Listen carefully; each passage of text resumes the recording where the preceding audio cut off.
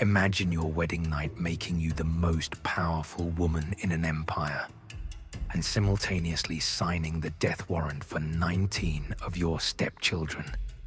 This wasn't a nightmare. This was the Ottoman Empire, and this is the twisted reality behind the golden cage of the Sultan's harem.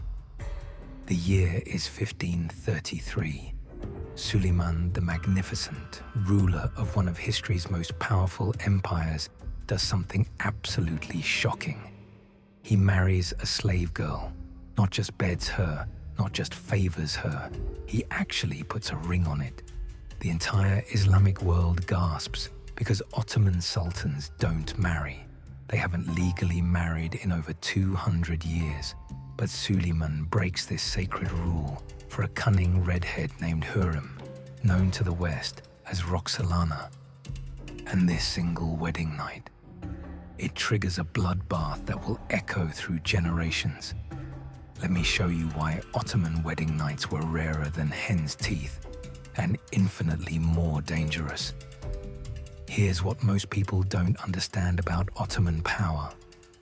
Marriage was seen as a political weakness. Think about it. A wife has legal rights. A wife's family gains influence. A wife can make demands. But a concubine, she owns nothing. She is nothing, legally speaking. She's completely dependent on the Sultan's favor, which means she's controllable. So for over 200 years before Süleyman, Ottoman sultans operated on a brutal but effective system, the imperial harem. Hundreds of women, 0 wives, just concubines competing for one night with the sultan, because one night could change everything. If a concubine got pregnant and delivered a son, she'd become a haseki, a favorite. She'd get her own apartments, servants, a salary. But she could never become secure, because here's the sick twist. In 1478, Sultan Mehmed II, the guy who conquered Constantinople, made fratricide official law. The actual decree states, whichever of my sons inherits the sultanate, it behooves him to kill his brothers in the interest of the world order. Read that again. It's not suggesting. It's not hinting. It's commanding each new sultan to murder his brothers to prevent civil war. And suddenly, the harem becomes a death arena. Now let me tell you exactly how these royal executions happened. Because the Ottomans turned fratricide into a ritualized art form. The executioners were deaf mutes, specially selected. Why? Because they couldn't hear the prince's final words, couldn't spread secrets, and couldn't be bribed with promises of future rewards. They communicated only through hand signals and served for life. The murder weapon, never a blade. Spilling royal blood was considered sacrilege. These were descendants of the Prophet Muhammad, after all. So they used silk bowstrings or cords. The prince would be grabbed, thrown down, and strangled. It took minutes. Slow, intimate, horrifying. Here's the darkest detail. Often, the prince's own servants, men who'd raised him from childhood, had to hold him down while the mutes did their work. Imagine the psychological torture of that. You fed this boy, taught him to ride, watched him grow, and now you're pinning him to the floor while he's murdered. After death, the princes were washed, wrapped in silk, and buried with full honors. The empire mourned them publicly while celebrating the new sultan. The Ottomans had perfected the art of making murder look like destiny. Picture yourself as a concubine who just gave birth to a prince. Congratulations, you've just entered the most dangerous Game of Thrones in history. Your son is now in line for the throne, which means if he becomes sultan, you become Valide Sultan, the queen mother, literally the most powerful woman in the empire. If his brother becomes sultan, your son dies, strangled with a silk cord, usually within hours of the new sultan's coronation. So what do? You fight like hell. You scheme, you poison, you manipulate, you form alliances with generals, viziers, janissaries, anyone who can tip the scales toward your son. The harem wasn't a pleasure palace. It was a gladiator arena where mothers fought with whispers instead of swords. And before we go any further, take a second and tell us in the comments what's going through your mind. We read them all. If stories like this are your thing, subscribe to History's Dark Ledger. Now, let's keep going. Let me give you a real example of how dark this got. When Sultan Mehmed III took the throne in 1595, he had 19 brothers. 19. His mother, Safiye Sultan, allegedly orchestrated their murders within hours of Mehmed's coronation. 19 silk cords, 19 princes. Some were infants. The youngest was just a toddler. The Venetian ambassador wrote that their mother concubine's screams could be heard throughout Topkapi Palace for days.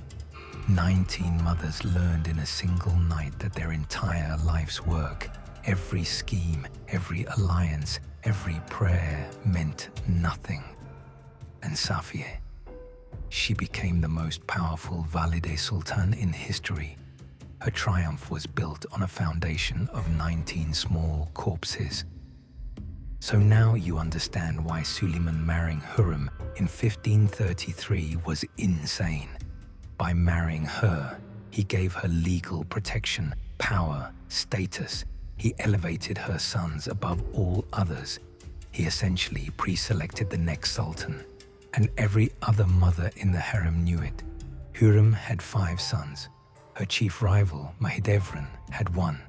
Mustafa, Süleyman's eldest, most capable, most beloved son. Do the math. When Süleyman dies, if Mustafa becomes sultan, Hürrem's 5 sons die. If one of Hürrem's sons becomes sultan, Mustafa dies. There's no middle ground, no compromise. The Fratricide Law ensures this is winner take all. For years, Hürrem fought a shadow war against Mustafa. She whispered to Süleyman that Mustafa was planning rebellion. She forged letters. She manipulated court politics. In 1553, Süleyman summoned Mustafa to his military tent during a campaign. Mustafa came willingly. He trusted his father. The moment he entered, 7 mute executioners grabbed him. They strangled him with a bowstring while Süleyman allegedly watched from behind a screen. The entire army wept. Janissaries rioted. Even Süleyman reportedly cried. But Hürrem had won. Her son Selim, a drunk, incompetent fool known to history as Selim the Sot, would eventually become sultan. A wedding night had indeed led to an execution order, and the empire would pay the price for generations.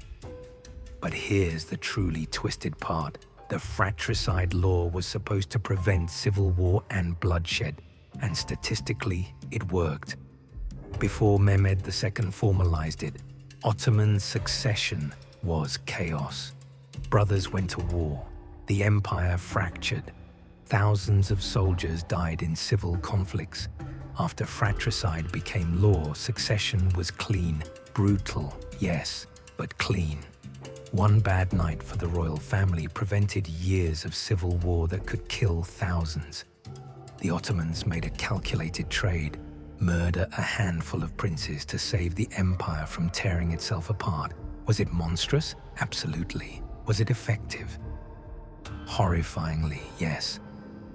The Fratricide Law finally ended in 1603, when Sultan Ahmed I couldn't bring himself to kill his mentally disabled brother Mustafa. Instead, they created the cafes, the cage, where princes were confined in luxurious apartments, isolated from the world, prevented from having children or gaining military experience. Sounds more humane, right?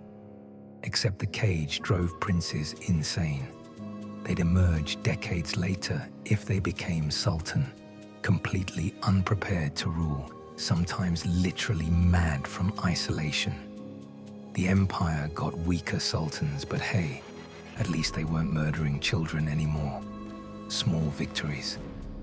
So the next time you watch a romanticized movie about palace intrigue, remember, behind every crown, there's usually a pile of bodies. And in the Ottoman Empire, behind every wedding night was the shadow of the execution chamber. The mothers who survived weren't just lucky.